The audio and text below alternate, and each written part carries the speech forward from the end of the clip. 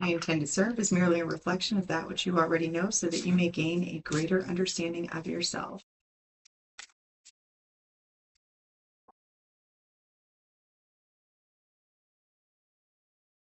You'll know what the message, I don't ever know what the message is. Rarely do I know, but you'll know by the description. I just get individual messages.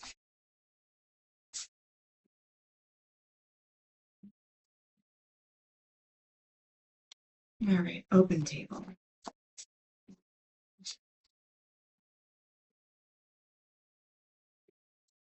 This is the way that I connect to my higher power.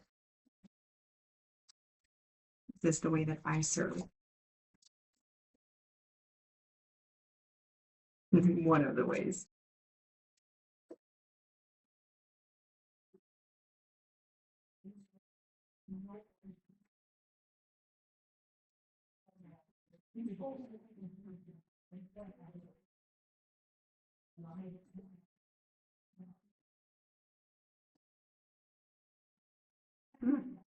The power of dissociation.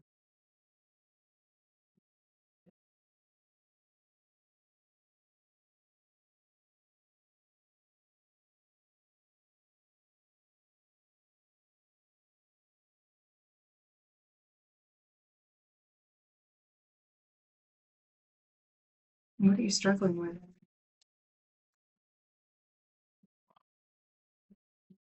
The power of suggestion.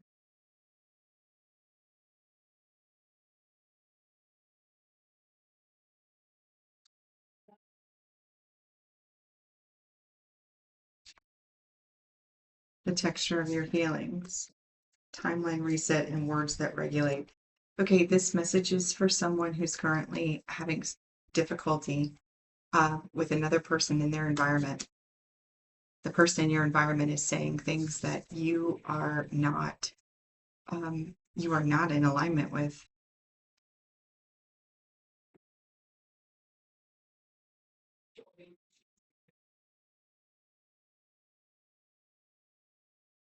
They are making suggestions to you.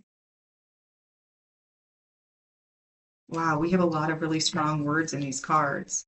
Words like struggle, overwhelm, sabotage, strategy.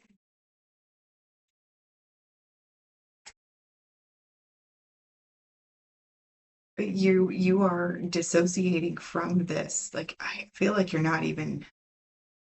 So the power of dissociation in this deck is actually encouraging the use of dissociation, stepping outside of yourself to view what is going on in your reality from a place where you're not attached to,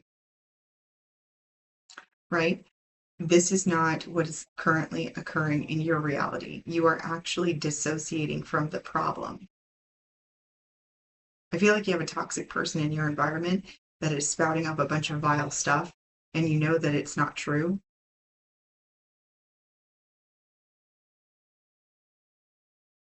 It almost feels like you don't know how to get out of it. We have a nervous system overload here.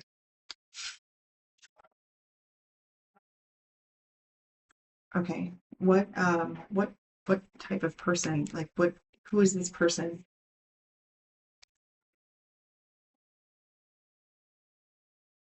Who who is this person? To the viewer. No.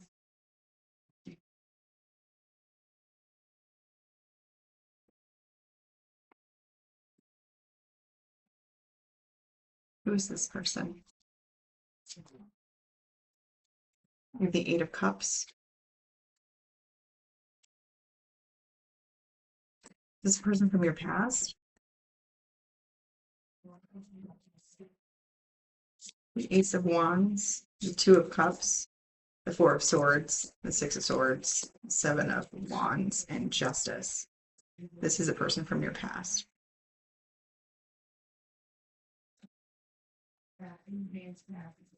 Sorry, Advance, if you hear all my voice.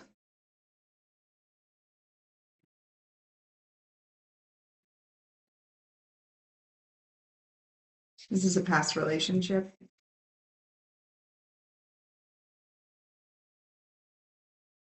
Hot and heavy for a while. Been over for a minute.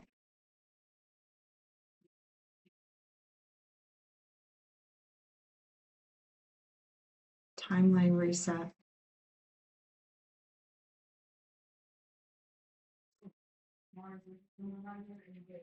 Okay. This person walked away from you.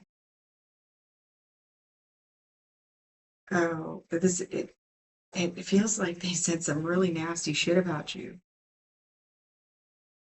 And you know that it wasn't correct what they said.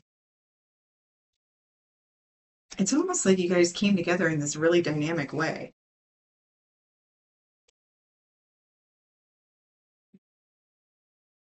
I smile because the way that you are changing the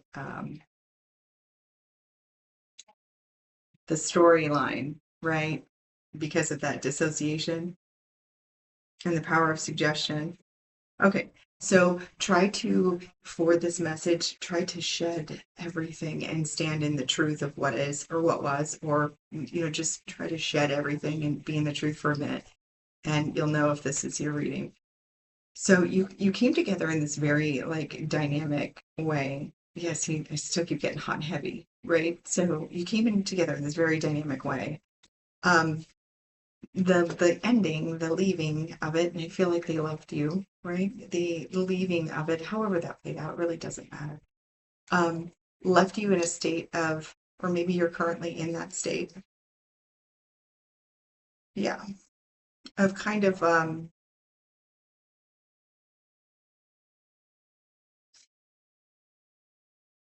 it's almost a pause.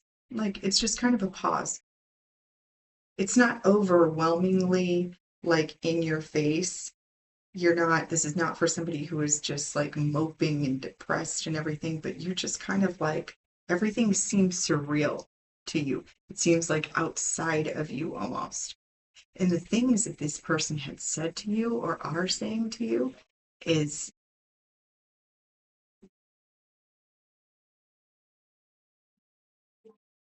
they're so untrue. They're untrue and they're vile. Are they saying them on like a social media platform or something? Are they saying them to friends of yours? They might be saying them to you. I'm getting more of like a, you're getting it secondhand. With the Seven of Wands to Justice here, I feel like you feel powerless to um, dispel the rumors. Like you want to stand up for yourself and be like, that is not how that happened at all. But you almost like powerless. That's what it gives me. Did I say like on social media? That's why it gives me like the social media or talking behind your back type of thing. And like you're not even able to confront this person.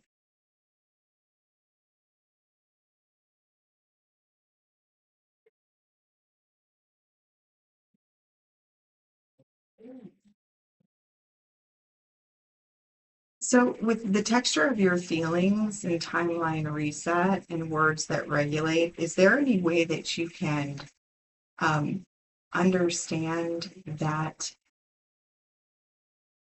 you know the truth of what happened? You know the truth of the relationship, you know the truth of who you are. And regardless, can you change the definition or the meanings of the words that are coming out of this person's mouth? Are you able to recognize that the words that they're saying, they're coming from a place of insecurity and fear, pain, and wound that really have nothing to do with you? Are you able to transmute the feeling of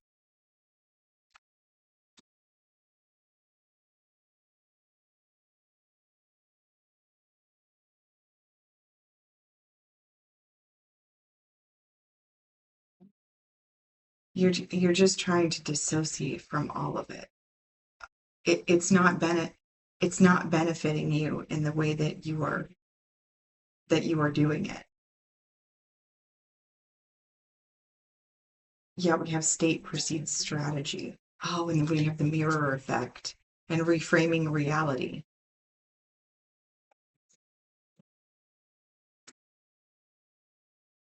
Okay, all right. I have a very clear sense of what's going on now. The things that this person is saying about you are no reflection of you. None whatsoever, even if they're like remotely true. Like, even if they're just like partially true, even if it is the truth, but it's twisted in a way that makes you look like a villain and you're not the villain, it makes no difference if you were the villain or you're not. Like, it's interesting. I just had this conversation with my son this morning. You are giving away your power by allowing this person to bother you. You are offering it up to them on a plate. Platter. Here's my power. Do with it what you'd like. No one has the ability to make you feel anything unless you give them the power to do so. I understand that right now you have dissociated from the entire thing and you're not even really feeling the feelings of it anymore. Like, let's say that you read the word that said, uh, I don't know what they say on social. I don't even know what you're allowed to say on social media anymore. Like, oh, my ex was such a lying, cheating, whatever. And they're referring to you. And you're neither of those things. And right now you're not even feeling the feelings of the statement, which is good, can be, but you're packing it away. It's being like buried within. It's not being dealt with. Can you sit in the moment and then feel the feeling and determine that that is not even true? And then why are you looking anyway? But I get it. Okay. Your person. Okay, why is the other party in this? What is what is their problem? What is their deal? What can we tell the viewer to help with compassion at this point? Searching, always searching and forgotten. Your person is not, you might be dealing with somebody who's codependent as well. If you notice that jumps from relationship to relationship or needs to have another person in place in order to feel whole, safe, and secure.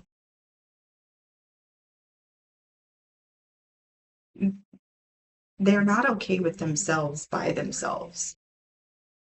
They also don't want to be not in the limelight. They don't want to feel,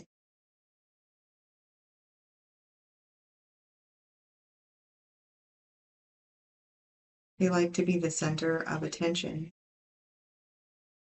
even if it's at another person's expense. But that's because the alone and the dark is too scary for them to deal with.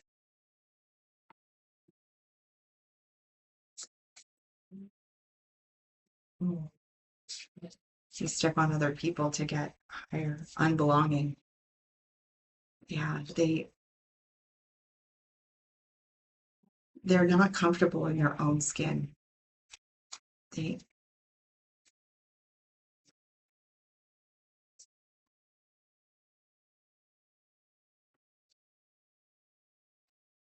they are not whole and complete on their own.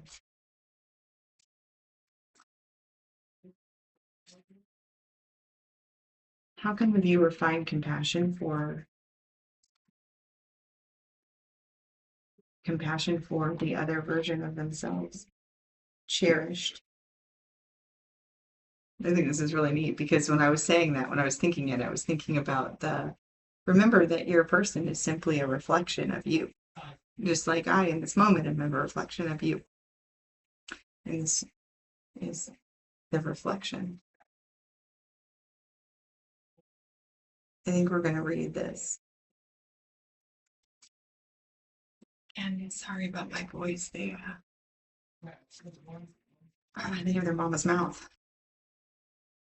Cherished. It is not always easy to love or to be loved. All things, especially living things, are ephemeral. They, or you, will fade from this world. Moreover, opening up to true love and friendship is often a rarity. It's reserved for precious moments in life. It may only happen a handful of times, or perhaps only once. Thus, the cherished card is not so easily definable. It could represent any of the following events. Someone you love, person, an animal friend, has recently departed your life. You desire to open your heart to and love someone, but a part of you is reluctant. You perhaps, the object of your love, doesn't feel quite ready. You realize that your walls are crumbling and that a new feeling of love has consumed you. Whatever the nature of your love, even the loss of someone sacred, the cherished card desires that you honor it always and resist any urge to close yourself off. Neither become bitter in love's absence and never ever take it for granted, for one day it may be gone. So my question was, how can we assist you in you having compassion for your person in this moment? Remember how I said in the very beginning that the way you guys started was like hot and heavy? Like, is there a way that you can go back to reminisce on perhaps like good times and transmute that energy into looking at them now in their pain and their unknowingness? In their unknowingness, and see them as a version of you in their unknowingness? Never do I encourage anyone to tolerate abuse from any other person, place, or thing, right? And this isn't about this. It isn't about, having rights, standing up for yourself. This is about taking your power back. How do we get you to take your power back without becoming someone who dissociates and packs those ideas and those feelings away for them to fester in future relationships? Cherish the relationship that you had for whatever it was. Oh, I just had that weirdest sense of deja vu. Cherish it for whatever it was to you. Cherish the person as a reflection of you. You can do it from far away.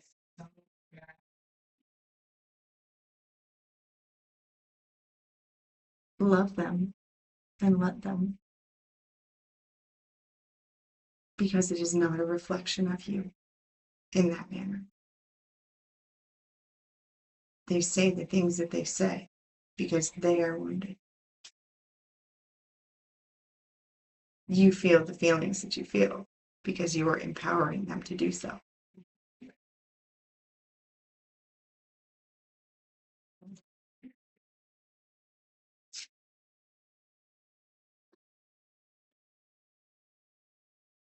You are so incredibly, unconditionally loved and supported by the universe as the divine being that you are.